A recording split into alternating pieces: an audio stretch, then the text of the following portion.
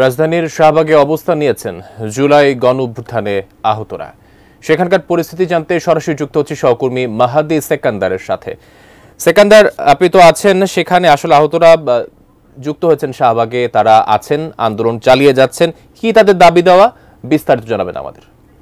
রাজধানীর শাহবাগ যে মোড়টি, এখানে বেলা 1:30 থেকে জুলাই আন্দোলনে যারা আহত হয়েছেন তারা এবং তাদের স্বজনরা এই সড়কের মোড়টিকে কেন্দ্র করে অবরোধ করে রেখেছেন এবং যে কারণে যান চলাচলে বিঘ্ন ঘটছে। নিশ্চয়ই দেখতে পাচ্ছেন এখানে যারা আহত আছেন এবং তাদের স্বজনরা বিভিন্ন প্ল্যাকার্ড সহ 3টি দাবিতে মূলত তারা এই জায়গায় অবস্থান নিয়েছেন। সড়কের যেহেতু এটি প্রাণকেন্দ্র বলা যায়, ফার্মগেট অভিমুখী, সায়েন্স ল্যাব অভিমুখী, প্রেস ক্লাব অভিমুখী এবং ঢাকা বিশ্ববিদ্যালয় অভিমুখী সড়কের মধ্যে এই জায়গাটিতে তারা অবস্থান করার কারণে সড়কে তীব্র যানজটের সৃষ্টি হয়েছে। যেহেতু তারা একটি সারি করে এটি অবরোধ করে রেখেছেন, সেক্ষেত্রে ফার্মগেট হয়ে যে গাড়িগুলো যেতে চায় শাহবাগ হয়ে প্রেস ক্লাবের দিকে, তাদের একটি অংশ তারা যেতে, যারা সায়েন্স ল্যাব থেকে প্রেস ক্লাবের দিকে যেতে চায় তারা আসলে যাওয়ার সুযোগ। ক্যাটাগরিতে সরকারের পক্ষ থেকে আহতদের ক্যাটাগরি করা হয়েছে এ, বি এবং সি। তবে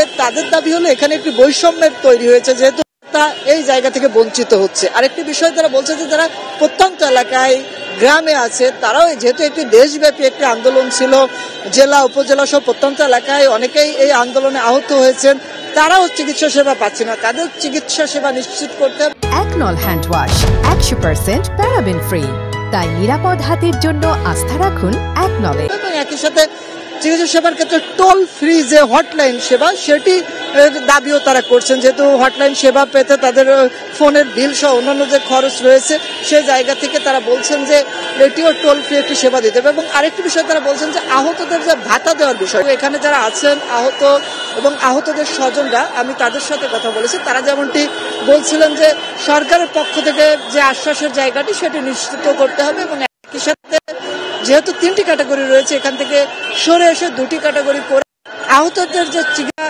সেবা সেটি যেন নিশ্চিত হয় এবং একই সাথে সরকারি ভাতা যেন তারা পায়। যেহেতু জুলাই গণ অভ্যুত্থানে তাদের অবদান রয়েছে, তারা সেই জায়গায় প্রত্যক্ষভাবে সে আন্দোলনে ভূমিকা রেখেছেন, আহত হয়েছেন, সুতরাং সরকারের পক্ষ থেকে তাদের চিকিৎসা সেবা সহ অন্যান্য যে বিষয়টি আছে সেটি নিশ্চিত করতে হবে। এবং এখানে পুলিশের সতর্ক অবস্থান রয়েছে, পুলিশের সাথে এখানে যারা আন্দোলনকারী আছেন ঊর্ধ্বতন কর্মকর্তারা কথা বলেছেন, তবে তারা এখনো অনড় রয়েছেন, এই জায়গাটিতে অবরোধ তারা তুলবেন না, এমনটি এখানে যারা আন্দোলনকারী আছেন তারা বলছিলেন যে সরকারের পক্ষ থেকে সুনির্দিষ্ট আশ্বাস পাওয়ার পরেই তারা আসরে এই জায়গা থেকে সরে আসবেন। তো সবকিছু মিলে আকাশ এখন পর্যন্ত শাহবাগ মোড়ে তারা অবরোধ করে রাখার কারণে যানজট, জনদুর্ভোগ রয়েছে এবং একই সাথে যেহেতু অমরকুশে বইমেলা চলছে পাশেই সোহরাওয়ার্দী উদ্যানে, তো বাংলা একাডেমি কেন্দ্রিক সে জায়গাও জনগণ ভোগান্তিতে পড়ছেন। তো এই ছিল আমার কাছে শাহবাগ মোড় থেকে জুলাই আন্দোলনে আহতদের অবরোধ নিয়ে সর্বশেষ। আকাশ, ধন্যবাদ আপনাকে।